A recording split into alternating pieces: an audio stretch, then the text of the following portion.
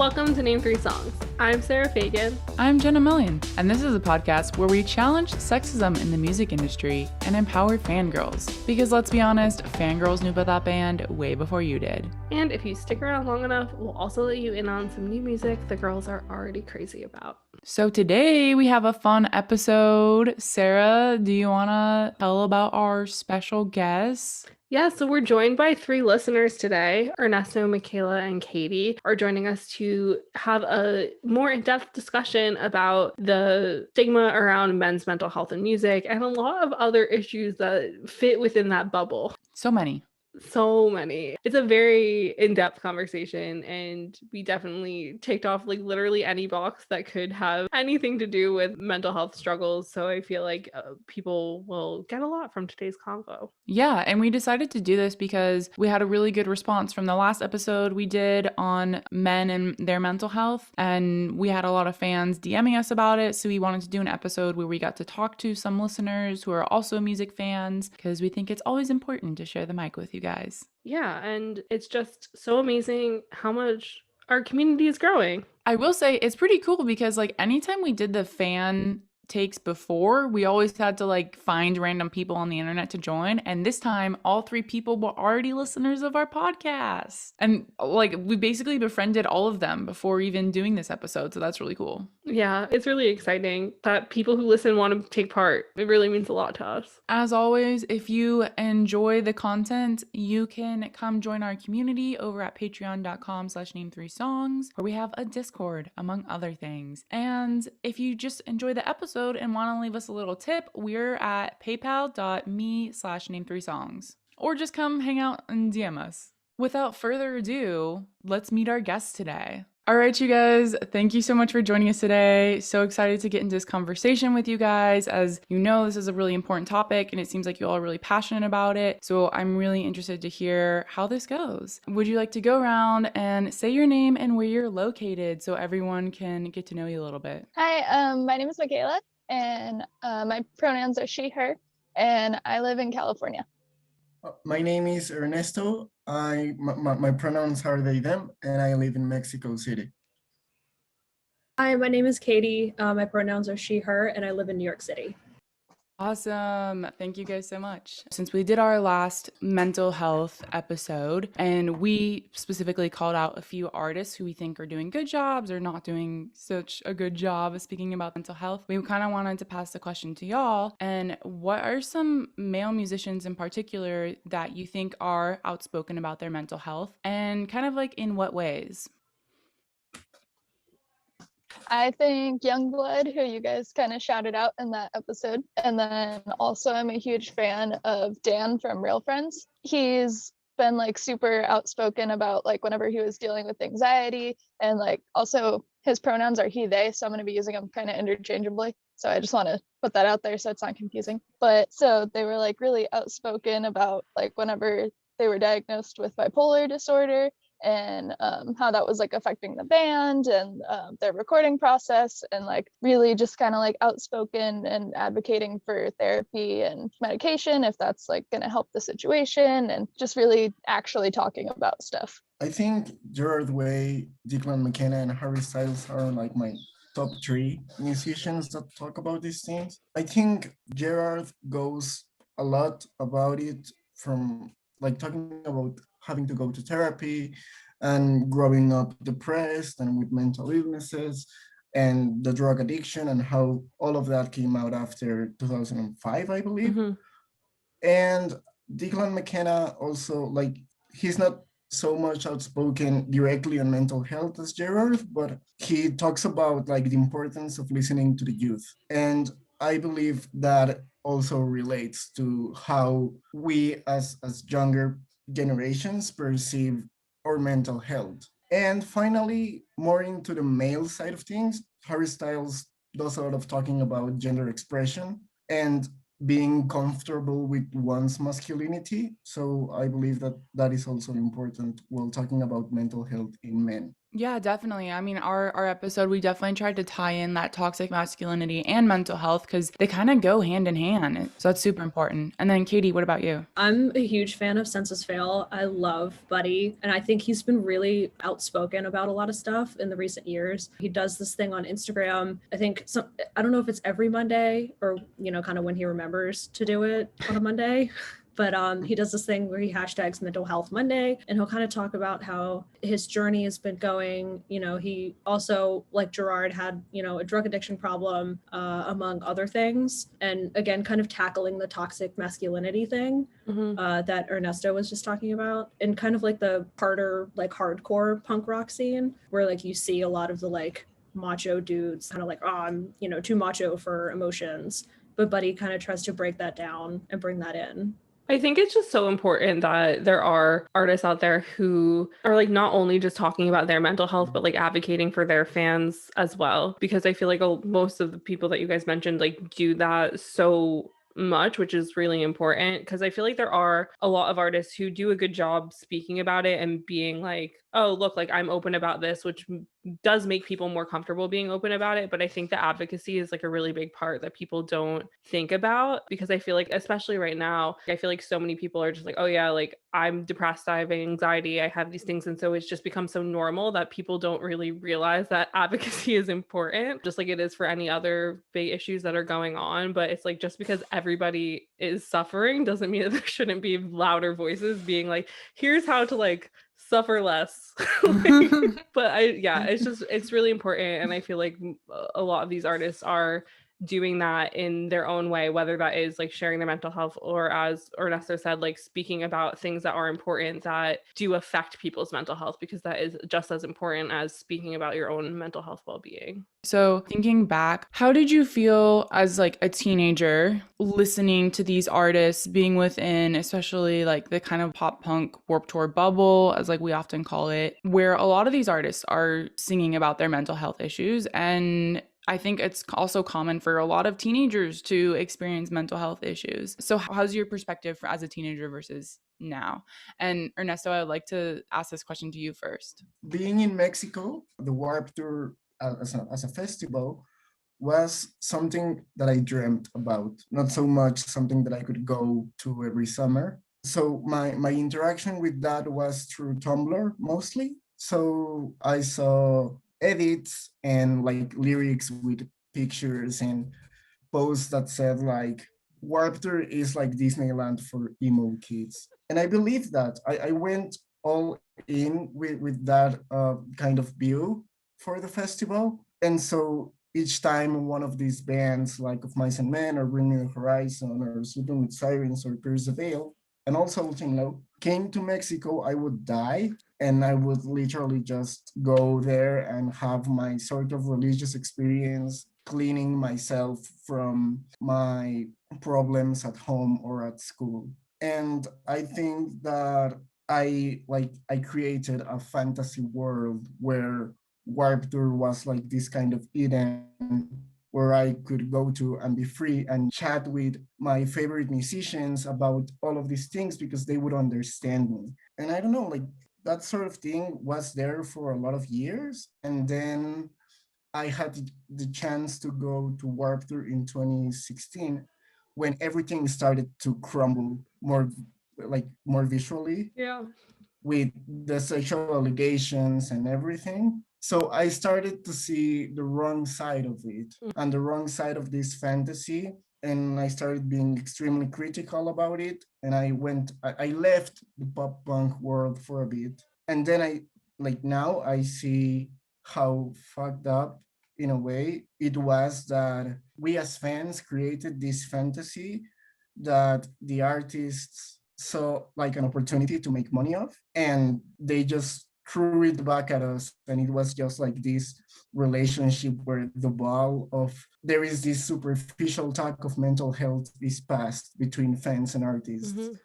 And it's sad now. Yeah, I think that that's like a big issue, especially when like you don't actually get to see these bands or experience those things because you aren't aware.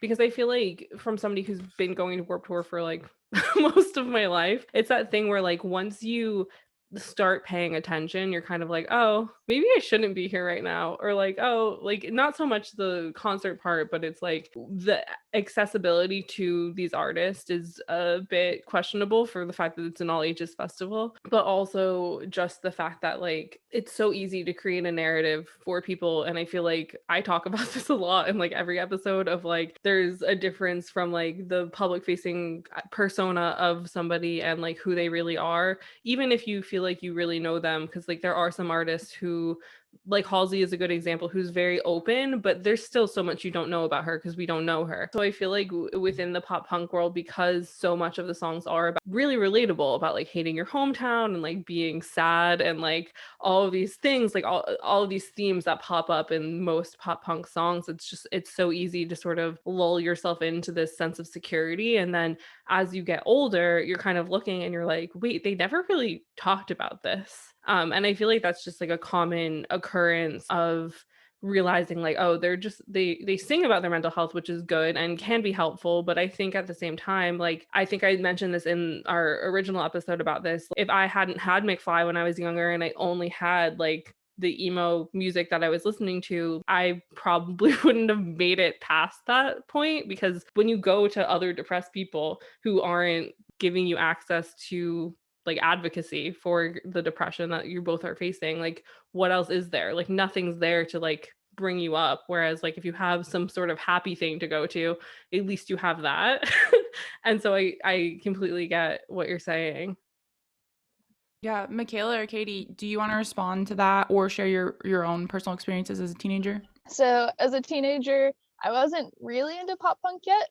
I would say I got super deep into the One Direction fandom like my freshman year of high school. And then I just kind of like fell headfirst into that. So like I was listening to that, and then like a lot of my brothers hand me down CDs that like they were just sick of.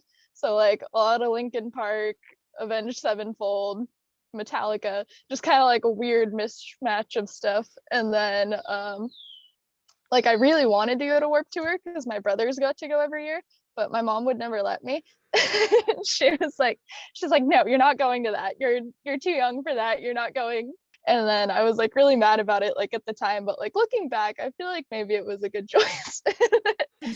And then like the first time I went to Warped was in 2017, I think. And then it was just kind of weird because it was like after kind of everything had like blown up, and like, you know, there were like so many bands where it was like, oh, okay, so they're really shitty. So it was just kind of like this weird feeling where it was like, it kind of felt like the bubble was popped and like everyone kind of knew it. It was this really weird kind of surreal feeling that like I don't even really know how to describe. But what had like really gotten me into pop punk was I was super depressed in like 2016, 2017.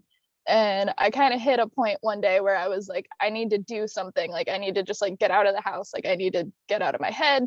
Like I don't know what to do. And I was like, I'm just gonna see what concerts are around. So I decided to go to a Wonder Years concert. I only knew like one of their songs. So I was like, okay, I'm gonna go to this concert. The lineup was Moose Blood, Knuckle Puck, Real Friends, and the Wonder Years. And I got super into all of them, was super heartbroken when Moose Blood turned out to be trash.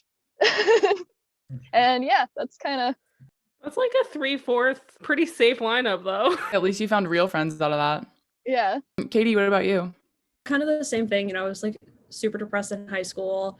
You know, I didn't really have a lot of friends, you know, and then I heard I'm Not Okay by My Chem on the radio. And I was like, oh man, that's a tight song. So like I went and bought the CD and I got super, super invested in them. And it kind of gave me an escape from everything. And it kind of, the way they built worlds around everything, you know, I got immersed in that. And then I like read the liner notes and I was like, oh, like, you know, I found like a whole bunch of bands like from the liner notes and stuff.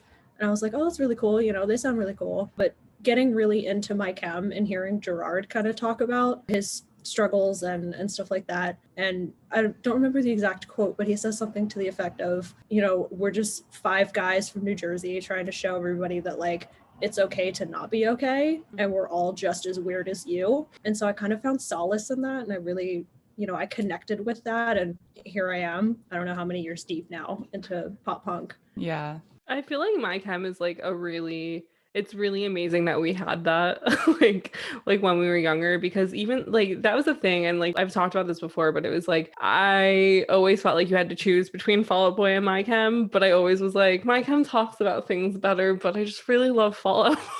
But like anytime there'd be like joint interviews or like anything going on, I'd be like, wow, this man is so well spoken. And then like as an adult, like going back on it, and I'm like, wow, I'm so glad all my friends had this man because I didn't have this man like this. And this is a good man, because I feel like so many of them, because like that's the thing. And like this just is aging me and showing how insane I was. But like Pete once had made like a live journal post about how when Take This to Your Grave came out, it like didn't do well, and then Pete tried to kill himself in a Best Buy parking lot. And he like talked about this at length about how like he tried to like overdose on drugs. My parents, anytime they tried to take me to Best Buy, I would have an emotional breakdown because I'd be like, Pete once tried to kill himself in a Best Buy parking lot. And so like it's not funny, but like looking back on like your emotion and the connection as a fan to a Best Buy is it sounds ridiculous. It sounds insane. So I get it. But like at the time, like I was very like distraught about this and like messed up about it. And it's just like looking back, so distressing that at like 12 years old, my first understanding of mental health issue was that like my favorite guy from my favorite band tried to kill himself because of a Best Buy. And I was like, what is going on here? So it's just like a weird juxtaposition of like Gerard Way in every interview being like, this is how I fucked up, and Pete Wentz sort of like glorifying his suicide attempt on LiveJournal. And it's like, what are you doing? MCR, so there's a book called Fangirls by Hannah Ewens, and we did an episode about it earlier in the podcast season, but she specifically talks about MCR and how at the time they were kind of the first ones to talk about mental health publicly, because it was kind of a taboo conversation at the time. And that was like a little bit more than 10 years ago, which is honestly insane to think that. And I think if you're like one of us, essentially, you're more tuned into these conversations. But for like the general public, for a lot of people, it's still really stigmatized. And I think that's why we wanted to do this episode and have these conversations of like, especially, you know, therapy was essentially like made for women. They were just like, women have problems and we need to figure it out. But in doing that, like the toxic masculinity of it cut men out of the equation. And so now they have all these problems that they don't know how to deal with because they lied to themselves saying that they didn't have them. So point being is like, this is just like a really poignant time to be talking about this, because for so many, especially male musicians, it's something that still is a bit taboo. Well, the interesting thing of what you're saying is also that like, at least for us in our sort of age bracket of like late 20s, early 30s, it was mostly men in that realm. And so you don't really have, other than Paramore, but like at that time, like the misogyny was strong, like the internalized misogyny was strong. So even when you turn to these like female artists, they're sort of like hating on other women. And so then you turn to these male artists who are singing about mental health, but then like as you're growing up and you still have these artists, you meet countless guys who just have no idea how to like function emotionally, and you're like, how come Fall Out Boy is doing a good job, or like Jack's Mannequin's doing a good job? And it's like, well, number one, they're like 5 years older than us, so like they're a bit more developed, but also it's like we don't realize until you're older that like men are sort of taught, buck up, do this, like do that, because you don't really acknowledge it as a kid. You're just like, oh, that's just how boys are talked to, and this is how girls are talked to, and this is just what happens. And then as you get older, you're like, oh, this is messed up, like we shouldn't be doing this. And so it's just interesting because I mean, we said this in the first episode, but like there wasn't like a handbook on how therapists should treat men until 2018. Meanwhile, there was like handbooks for like people in the LGBTQ community, like women, like disabled people, like anything you could possibly think of, except for like straight men. There was no real guide how to help them with their mental health struggles. And so then looking back on it, it's like, can we be so harsh on these people for not being helpful when nobody was helping them? I don't know. But like also at the same time, it's like, again, a lot of them were sort of glorifying their depression, unlike how like My Chem was sort of being like, this isn't something beautiful, like this kind of almost ruined my life, like it almost took my life from me, whereas a lot of other bands were kind of just doing it in like a weird way. Well, there's an interesting part in what you're saying, because like with My Chemical Romance, for example, I think that all of the songs that really dive into suicide, that are mostly on bullets, like Headfirst for Halos and Drawing Lessons, they stopped playing them very early on, because it was like, okay, this is how Gerard Way, I'm feeling, but I'm not gonna pass this on to my and I don't know, compare that to Sleeping with Sirens, singing Better Off Dead every night for 3 years. I think about that, and I feel that it's like there is a contrast also in like the performative side of this whole discussion. That's really something to think about, because there have been artists who have been like, I understand how much our fans love this song, but like that was like a dark place that I was in, and like I don't need to, number one, revisit that myself, and number two, make you guys revisit that. Because also the other thing is like a lot of times we don't know the full story behind these songs, and so we just take from it what we feel we need to, and sometimes that can be even darker than the song actually was. So yeah, I mean, that's like another just testament to Gerard Way's ability to be like in tune with his own struggles, because he's like, I don't need to like give these problems to you. Whereas like, I mean, Sleeping with Sirens will do anything for a paycheck. So like if the shoe fits, you know, like it makes sense that they would sort of continue to revisit that song. But I feel like there's so many old songs that you can visit to give that to your fans, to be like, oh, see, like we're aware that you've been here this whole time. You don't need to give them like the most depressing one out of the lot. It reminded me of, I saw Have Mercy like a year or so before like they stopped being together, and it was at the House of Blues, and it was like they came on really late, and like everyone was kind of like, okay, what's going on? And like he came on and he was just like you could tell he was off, and he was just like, yeah, my girlfriend like just broke up with me, like I don't want to be here right now, like my manager said I have to come out and play this show. And it was like, okay. And like it was like this super like tense, and then the crowd's like telling him to play all of his like love songs and stuff, and it's like, guys, he like just went through a breakup, and he was like pissed. Like I've never seen someone come on stage this pissed. And everyone's like, oh, play My Hair, which like I guess is super emotional, it's like about his girlfriend, and he's just like, fuck you guys, and just like smashed his guitar and just walked off. It was just a very weird like situation to be like in the crowd in, and it was just really uncomfortable, I think, for a lot of people. So that actually reminded me of Austin from Water Parks. He wrote a bunch of songs for his like then girlfriend, and now he like has to play them every night because they're like fan favorites, like I think 21 Questions and like Lucky People and stuff like that. And he like talks about, like he wrote a book also, which is just, and he wrote about like how he had to continue being on tour and like singing these songs every night, and he would just like go back to his bunk after the show and like cry because she broke up with him like before one of the shows, and he still had to go out and play the shows. So Michaela's story kind of reminded me of that, and how, you know, sometimes those things do spill over, you know, onto the stage and even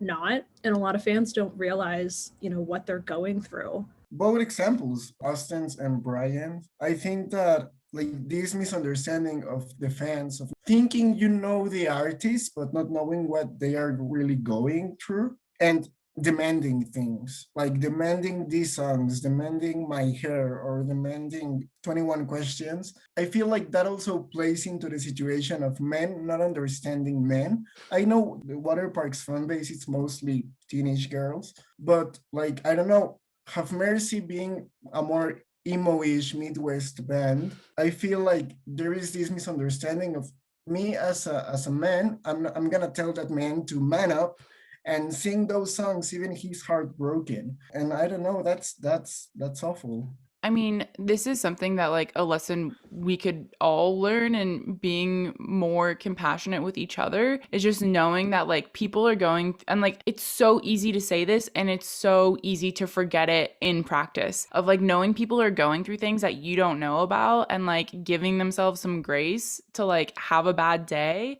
I mean, you see this like all the time, especially in like the music documentaries, like even Billie Eilish or like Demi Lovato, or people just saying like, yeah, like it was really tough for me to do that meet and greet because like I'm having like a shit day, but like I have to go put on this front. And I think that's interesting in the context of people using music as like a coping mechanism, because it's like, I'm here at this show as an escape. Being here at this show is part of a way for me to deal with my mental health and like hearing these songs. So like, why aren't you doing what I want you to do? I think that's plays into also the toxic fandom side of things. Well, that's also like the thing of people not acknowledging that these artists that they love are real people. And I think it's also a really big testament to why it's so important that these artists are also advocates if they do sing about mental health. Because it's like, if somebody is like, oh, it's not my job to speak about mental health, meanwhile, their whole discography is about their depression or what have you, and then they expect their fans to be understanding when they rock up and are like, hey, I'm having a really shit time, I don't want to sing about my ex-girlfriend tonight. It's like, why should they be understanding about that when like you aren't giving them anything other than your music to rely on? And so I feel like it's very much like it needs to be more of a symbiotic relationship, I think, between these artists and these fans. And I feel like this is why I'm just like, okay, you need to be like an advocate. You need to teach yourself about how to speak about this in like a helpful manner. And like, this is the whole thing with like those Ashton Irwin fans getting mad where they're like, well, he sings really well about his mental health and he speaks about it well. And I'm like, yeah, but he's just speaking about his own problems, which like he seems to be working to using the right language and all this sort of thing. But it's like, how helpful can it be when like a man who has money and access to things isn't also being like, oh, I'm aware that this isn't easy for everyone, here's other things, you know? And I feel like that's important for a lot of artists to do, because if you want your fans to be like understanding of your mental health issues, you need to be understanding of theirs too. Well, I really want to hear y'all's takes on this, but I just want to give another side of this. Is I don't actually think it should be the responsibility of the artist. I think society has failed us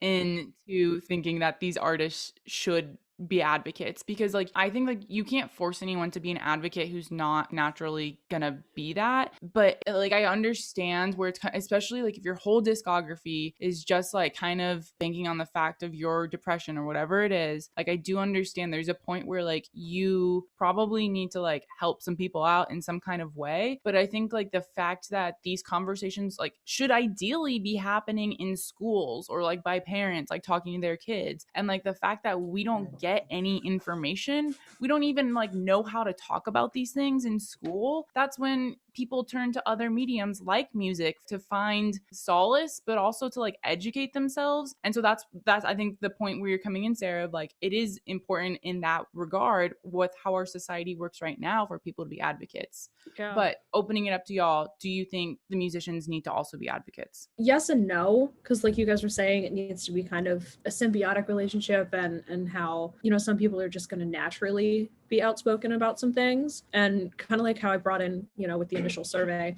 some people are ready to speak about their mental health outside of their music, and some people just aren't. You know, it wasn't until recently that I started talking to my friends about it, and we've all been through my chem, you know, deep into it and all of that, but it was been pretty recent that maybe it's been the pandemic, maybe it's, I don't know what it's been, but everybody's been kind of a little more open. Yeah. At least in my friend group. But I think personally, I think it comes down to if you're ready to speak about it. And then if you're ready to kind of, I think as someone with a platform, I think it comes down to if you're ready for the backlash that's going to come with it, because someone's going to find fault in your words somehow. They're going to say, oh, well, you didn't speak about this just right. You didn't speak about, you know, the way I feel about it, so I'm going to lash out at you. I mean, that's super important. And I think also, like, I think a lot of the issue is, especially depending on like what type of artist you are and what type of fan you attract, it's like, I would never expect somebody who I don't know to be like, yeah, these are all of the issues that I have. This is why I have mental health issues. I'm just like, okay, if you're depressed, just be like, this is how you can help depression. Not like, this is why I'm depressed, because like, it's not my business. If you want to share it, cool, because then maybe your listeners can relate to you more. But I'm just like, you don't need to get that personal if you don't want to, because your songs are enough. Like, you're already creating that sort of like attachment through that or whatever. Like, you don't need to go above and beyond to that degree. I just feel like, I guess my viewpoint on it is like, just like, share the links. Be like, yeah, like, or if like an interviewer like asks you about like, oh, like this song, and if you're like, oh, like I don't really want to talk about the subject of this, but like if you're going through something similar, here's some things that I know to help. Like that's basically the extent that I mean. I'm not like yell from the rooftops about all of your issues, because I feel like a lot of people sort of can misunderstand when people are like, we want you to be an advocate, because there are so many people like Gerard Way or like Sam Fender who are talking about who shares deeply personal stories and then is like, and here's how I got help, or like here's what you can do to like fight toxic masculinity or like defeat the gender norms of like therapy or what have you. I think it's not on the artists, definitely, because like I feel like there is this thing that I saw it a lot when the Black Lives Matter happened last year, forcing people to speak on certain topics. Like I feel like my generation and the younger generation than I, like Gen Z, it's so into forcing all of these public figures to talk about all of the issues that you don't even know if these people are going through or not. So it's okay for these people to use their platform to talk and be informed and inform others, but you don't know if they are not informed. You don't know if, like, you can force people to have the same opinions as you and the same experiences as you. Everybody is different. And well, when musicians do talk about these things like Declan or Gerard, it's super cool, and it's, I feel grateful because I have this space where I can develop my critical thinking, and sometimes that's the only space I have to speak about those things. And well, I think that we're flawed as a society because we don't have like a space to talk about mental health. Like, and therapy is extremely expensive. Like there is a wall of privilege in treating our mental health issues. And I believe that by talking about those things, by talking about our mental health, we can open those doors for it to be more available for everyone. So I think that the talk has to come from us. I completely agree. I think we were kind of mentioning this earlier about the Demi Lovato doc that came out recently on YouTube, and how sometimes like people can expect for, if you're going to talk about something, to be like the perfect advocate or to speak about something as a place of from recovery, when that's not always important. And I agree, like you should only talk about it if you're comfortable talking about it, and you should only talk about it if you feel like you have the education to like be able to help others. But I think it, like you said, Ernesto, it is really important just to have these conversations in the open, because of the fact that it will open doors for more people to either then further educate themselves or essentially just become more normalized, so that hopefully we can get to a place where therapy isn't expensive, where it's accessible to people, where there's more education around these subjects.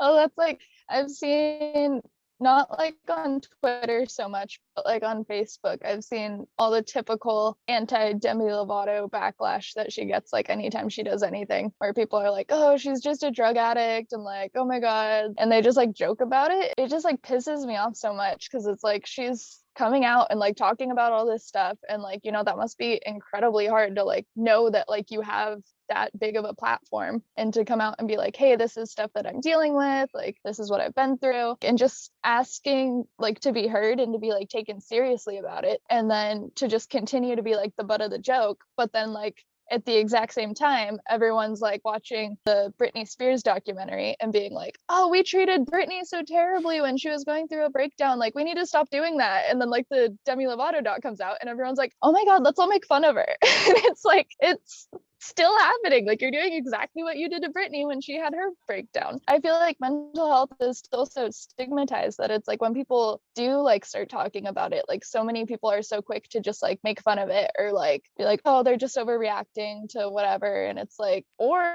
you could actually listen and learn something from someone that like has a different experience than you. Yeah, I completely agree. And that's, you know, what I was saying earlier is like within our bubble, we feel like it's normal because a lot of us are comfortable talking about it, or we listen to musicians who talk about it. But outside of that, it is like people do make fun of her. And I think this is also, again, a societal thing of just wanting to attack any woman who says anything because we can. And like, I don't know. There would have been an alternative universe where Britney Spears wasn't attacked the way she was because everyone was just so vicious of wanting to like tear her apart. I mean, Lindsay Lohan, the same. Like we see it again and again. I just feel like society is just like fully fucked in so many ways where it's like you expect women to be like emotional and like outwards with their thoughts and feelings, but then when they are, you're like, how dare you be outwards in this way? And then you like expect men to be like hard and cold and like not talk about this stuff. And then when they don't, people are like, why are you not talking about this?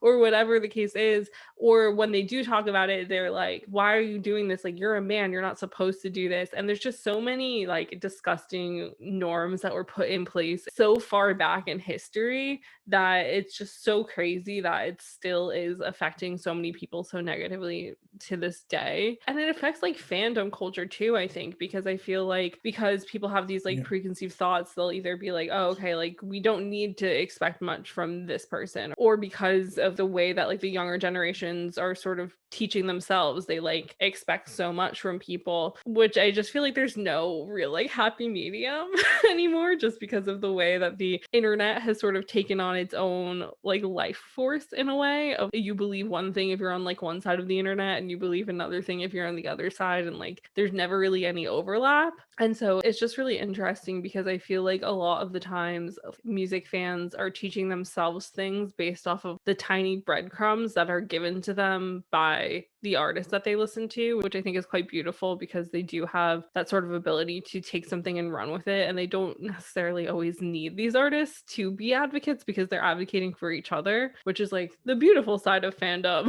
because like there is that on top of everything else. So I wanted to see if you guys had any thoughts as far as like how toxic masculinity plays a role in this conversation of mental health. I mean, I think a lot of this also has to do with, you know, things we've mentioned previously in this so far, which is the norm of like, even on the hardcore side of the scene of you have to be like a macho dude and it's not okay to like be sensitive. But honestly, I think this toxic masculinity thing kind of like it feeds into misogyny, it feeds into the sexual assault, and it feeds into mental health. Like, I really think that's part of the underlying thing. And I think that's why, like in the Warped Tour bubble in particular, all of these things were so prevalent is because it's like a huge, just unaddressed issue. Well, I think also like how Ernesto mentioned earlier with Harry Styles being sort of comfortable discussing like gender stuff. Again, it's just like these artists who might not necessarily be speaking about mental health or even singing about it really, like they're still talking about topics that do affect mental health. And I feel like a lot of artists don't even do that. Like they don't have like anything they really stand for other than being angry. And I feel bad for pop punk at this point because we're just ragging on it all the time. But like it does sort of breed toxicity in a lot of different ways. And there just have been so many instances where like you'll go from an all-time low set where they're like, oh, these girls at the front are getting crushed. Like, can you pull back or like stop playing music if they see something bad happening to somebody or whatever? And they're like, this doesn't happen at our shows. And then you go like 3 stages over and it's like Maddie Collins and he's up on stage and he's yelling about like how girls shouldn't be in his pit and like other misogynistic awful things that I've heard him say at Warped Tour. And it's like you're helping create this toxicity by pretending like you hate something when like a good amount of their fan base, because of the type of like quote unquote metal that they do, is very like female friendly metal. And so they're kind of, I mean, they're like kind of like a gateway to real metal music for girls, like in the Warped Tour sort of bubble. And so I just think that it's so crazy to have that sort of level of toxic masculinity where you do see like these females and you're gonna be like, oh crap, there's like women in this crowd. I gotta make sure people know that I don't want this here. And that breeds toxic masculinity, which then leads to mental health struggles because people are like, wow, my favorite band doesn't want me here. Or like, oh wow, like I should also hate women because my favorite band hates women and what have you. And then that leads to so many other problems. Kind of talking about like in the hardcore community and like the toxic masculinity thing, I have a really good friend who works out a lot, just to keep himself probably sane and mentally sound. We've been open about, we talk about our struggles and we talk about, mental health and stuff like that. And, I was kind of talking to him before this podcast, and we were talking about how we met at like a hardcore show. And I was just kind of thinking back on that, and I was like, wow, he just seems like, not one of the normal hardcore dudes, because he seemed a little more sensitive, is what people would call him. But he just, I don't know, it's nice to see that there are like guy fans of the hardcore and the metal and, stuff like that, you just would probably look at them and say, oh, they're gonna ruin my life in like the worst way possible. Yeah. Either gaslighting me with something or treating me like, because I'm a female, as an object, or something stupid like that. But that comes from the toxic masculinity, and it was nice to see somebody coming from that scene that wasn't like that, and it's just a reminder that there are people out there, that aren't that toxic. I feel like there is just like the assumptions in so many levels that do also affect it, because I feel people, when you just like assume like, oh, like he's at this show, he's not like, they're gonna be this way and they're not gonna be that way, but they wind up being like the way that you would never expect. But I feel like it's kind of like a tricky thing to think about, because these artists are giving us an idea of what we should like quote unquote expect from the people who like them because of the way that they present. And then when you meet people who aren't, you're kind of taken aback, and sometimes you can't even appreciate the fact that you've been taken aback, because you just are continually waiting for like the ball to drop, sort of thing. And I just feel like it's so sad in a lot of ways that like so many communities have built up just like preconceived notions because of like how certain people act and stuff, and you just expect the worst and hope for the best, sort of thing. But I feel like that just says a lot of how loud these like bands are about their viewpoints, and why it's important for people to try and not have toxic masculinity, because like it is so loud that that it makes it really hard. Sarah, I was just thinking as you were talking about the like Memphis Mayfire example, like because I don't remember, like I personally don't remember any like experiencing anything like that, but I was also on the like all-time low Mayday Parade, the main side of Warped Tour. And it's just like my two thoughts are like, it's insane that coexisted in that sphere, and it's probably for the best that Warped Tour doesn't exist anymore because of the amount of problems that bred there, even though Kevin Lyman would say that it wasn't a Warped Tour problem. And then number two, I was just thinking about like the fact that there were all those nonprofits that would also go on Warped Tour, like To Write Love on Our Arms, and I know there was like a bunch of others, but in a way it was like really amazing that those organizations figured out like they could be a part of Warped Tour, because it was a resource, and like I feel like artists would like call them out, or like there were certain artists who would like work more closely with those organizations. So in a way that was like one positive thing. I mean, the fact that there were those organizations on Warped Tour definitely was a good thing, but also at the same time, with you saying like I can't believe those worlds coexisted, like it's just so crazy how many people took a wrong turn, wind up in a Memphis Mayfire pit, and like the next thing you know, they're like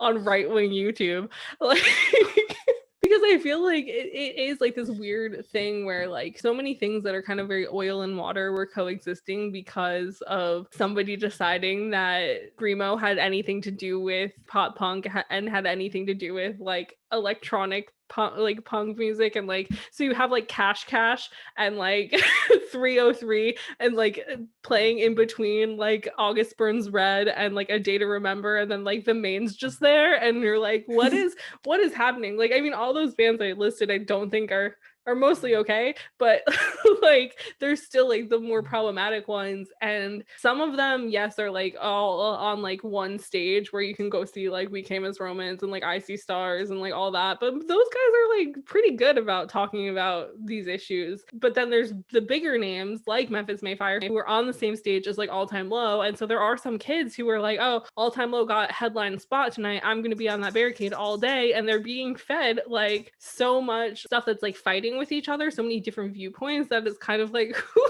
thought this was a good idea? Like, it's just so crazy looking back on it now and like having these discussions about how important like mental health awareness and advocacy and all that stuff is. And you're just looking back and you're like, wow, what a modge podge of like emotions and feelings happening at the same time. Now that you say it, like with all of these mismatch of bands and acts on the main stage of Warped Tour, I think it's important to also recognize that by the end of Warped Tour, I'm missing that kind of space that conceptually is amazing, just the practice was trash. To think about the main doing so much, like there is 8123 Fest every 2 years, and there is the new Sad Summer Fest that I think have just one because the pandemic. So I think that is also important to see that those bands that were doing good, mostly the main and All Time Low, realized that the concept of Warped Tour was good, but the way it was working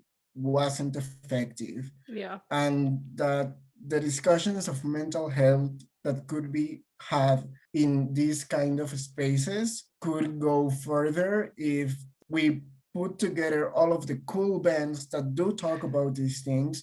So you have like Stand Atlantic and the main and All Time Low in one festival, and everything just works good. And it's sort of inclusive because also like there's this other thing that how many women were playing at Warp, like one per year mostly.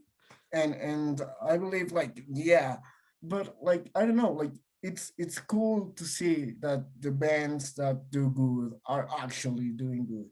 That is true. All Time Low was like at the height of their career.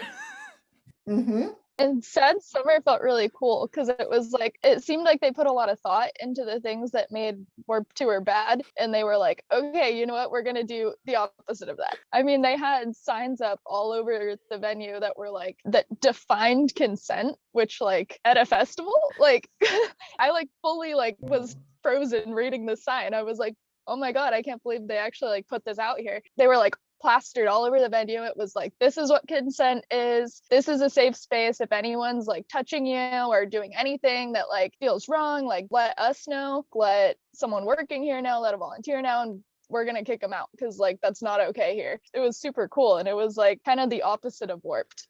That's amazing. Yeah, that's amazing to hear. And honestly, we need more of it. Is there anything else like anyone else wants to add? I think like by the end of I think the last question you asked on the survey, the deal of what is happening now, because we have talked about all of these things that were prevalent 10 years ago or so. And I think that we should talk about how now it's the turn of Youngblood and Billie Eilish and 21 Pilots in a way to talk about these things, you know, and to take the good parts, like the main and All Time Low did with Sad Summerfest, to really put it out there. Like, look at Gerard Way and say, that's what I want to be, and be that for the fans. I completely agree, because I feel like there are a lot of artists who are really young, who are trying really hard to be like that for like a newer generation. Because like I don't know how much like, because it's like weird, because I feel like Youngblood does do a lot, but at the same time I'm like it's like that, it's like that weird like gray area of kind of like, okay, you created something, but I think it's become bigger than you because of like, him just being who he is, if that makes sense. And I think it's kind of like what I was saying before of like a fandom taking something on, being like, this is what they're trying to do, so we're gonna do it better. And I feel like it's kind of similar with Billie Eilish, but also Billie has been very like open with just like putting her life out there and like available to people. So like she's a person. I feel like her team were kind of like, no, there's a persona, and I'm like, Billie Eilish is a human being. Like, I don't know like what you're talking, because like, yeah, because I feel like with her like fashion statement and all that stuff, like people who don't know about her just like view her as like an image, whereas like anybody who pays any attention is like, this is just a human person, which I feel like is quite nice and a nice change of pace, because I feel like so many people, when you look back and like people we've talked about on the podcast, like there is such a stark difference between like their public facing persona and like who they are as people, whereas I feel like Youngblood and Billy are like, this is who I am, you either like it or you don't, and then the fans sort of take that and like create something out of it, which I think is pretty incredible that they have those stepping stones to do so, because I feel like a lot of like 21 Pilots fans, because 21 Pilots has been around for so long, it's not as much the same thing, because a lot of people are like, why are you not doing like, why are you not using your platform? And then he like makes dumb jokes about it. So yeah, I feel like the youth of the world is really running with like, hey, this is me, no holds bar, you like me or you don't, and like you do with this what you will, which I think is quite helpful to all of this. That's what I really liked about Dan from Real Friends, because whenever he was like dealing with all of his mental health stuff, the band had canceled some shows in Australia, I think, because he was like, yeah, I don't know, like I've got all this mental health stuff going on, like I need to figure it out. Being on the road's not really helping right now. So they like took some time off, and then they were recording their last album, which he said he had recorded unmedicated and in a manic episode. And then like the album came out, and it was like a lot of the songs are like very clearly about like mental health stuff. And then he was like, okay, so turns out I'm bipolar, and I was like self-medicating with alcohol and weed, which like if you don't know that much about bipolar, weed tends to make your symptoms a lot worse and can like send you into a manic episode. And so he's like, so I was like doing a lot of that, and like the band was all mad at me because I was just acting erratic. And like me and my band sat down with my therapist and had like 3 or 4 like group sessions to like actually discuss what was going on and like what bipolar is and like how to like deal with him when he's like manic or like super depressed. And so he was just really like outspoken about it, and he was like, yeah, I'm getting help now, like this is what I'm doing. And like Real Friends broke up, I want to say last year, maybe 2019. Whenever they broke up, he's still doing Rationale. So he like streams pretty often on Twitch, and like we'll talk about mental health, and he's working with Hope for the Day for doing like workplace counseling on mental health, which is super cool. And it's like just really cool to like see a guy that like is part of the pop punk scene, and like they have, I'd say Real Friends had like a pretty even spread between like guys and girls in the crowd, you know. Like there are definitely like a lot more guys than there are at like a main show. And so it was like he's out there and he's actually being like, yeah, we need to talk about this. I'm talking about it to my therapist. Like I got my entire band to come to therapy with me. He was just like very much like, okay, this is a thing. We all need to talk about it. We all need to learn about it. That's really powerful. And I feel like that's really like important and good to just be like, look at me, I'm humaning, you know, because I feel like so many people in the spotlight are just like, I'm not a human. Like, you know, it's, I don't know, it's just, it's weird. It's a lot. I know we're like talking about like pop punk and stuff like that, but kind of talking about the people in the industry kind of be having that, you know, persona or being, you know, almost robots, if you will, or being, you know, kind of like a puppet for whoever, you know, they answer to. Chase Bryant from like the country scene, like he, trigger warning, I'm going to talk about suicide. He did an article with People recently, like detailing his attempt and how he failed. It was like super heavy to read, but he was like talking about how, you know, it was the one empty chamber was his saving grace. And now he's like, I sat back and I realized like I wasn't doing things for myself, kind of like how Demi said in her documentary, like I was pleasing other people and I was doing things to make other people happy, but I wasn't happy, and I was doing things that I felt like I was supposed to be doing, but I didn't want. Like I was chasing, you know, chart numbers and tour, you know, spots and stuff like that. So I feel like it's interesting when you said people, you know, humaning, you know, it's nice to see people kind of breaking that down and just talking about like just little things like that. Like I am a human being. Yeah. You know, and then you step back and think about them differently. Yeah, because I feel like a lot of people just kind of forget that with like these artists, because you just will always assume like that they're living these like lavish lifestyles and stuff, when like a lot of them, like the main for a long time, all would go home from tour and work real jobs. But at the same time, you're like, but you're touring all the time. Like how do you like do these things? Like you just have the assumption that they're like living this life that you could never fathom, but like that's not usually the case. So I think it's just really amazing that really in the past sort sort of like 5-ish years, like people have just been so much more open with their struggles and just being really cognizant of making people aware, like that they are humans, like at the end of the day, like we all go through stuff, you know? Well, I feel like that is a perfect point to leave it off. I think this conversation went beyond the scope of what we thought it was, because we were able to talk, not just about mental health, but toxic masculinity, how that plays into your relationship with music, your relationship with the artist as a fan. And also we sprinkled in some misogyny in there because how can we not? So I just wanted to thank all of you guys for joining us today. If you guys want to share like your social media and stuff. I'm on Instagram as lost.withyou. Yeah, this was super fun. And if you want to continue talking about all this stuff, my Twitter is Cold Coffee Cry, and my Instagram is Michaela Steele 97. Thanks so much for having me, guys. This was really awesome. I really enjoyed talking with you guys and bringing up all these awesome points. If you want to find me on socials, my Instagram handle is @TheRealKatieKane, and my Twitter is @Katie_Kane. Awesome. Thank you guys so much. I feel like that was a really good conversation. I feel like we touched on so many important things that I feel like a lot of other listeners will be able to relate to, which is exciting because I feel like that's the whole point of having other listeners come on. Yeah, most definitely. It just like reinforces the idea like how important it is to like have fans be part of these conversations because fans are literally the ones living this. So definitely it's always fun to share the mic with them. Yeah, it's really fun talking to people because like we're fans ourselves, like we just have exactly a bit more backstage knowledge like the average fan, so it's just kind of nice to know that there are a lot of people from different walks of life that feel very similarly about these topics, and sort of having a broader discussion about it I feel like is really powerful and important. Absolutely. So if you enjoyed this conversation today, you can come follow up with us on social media. We are at Name3Songs on everything. If you want to join our community or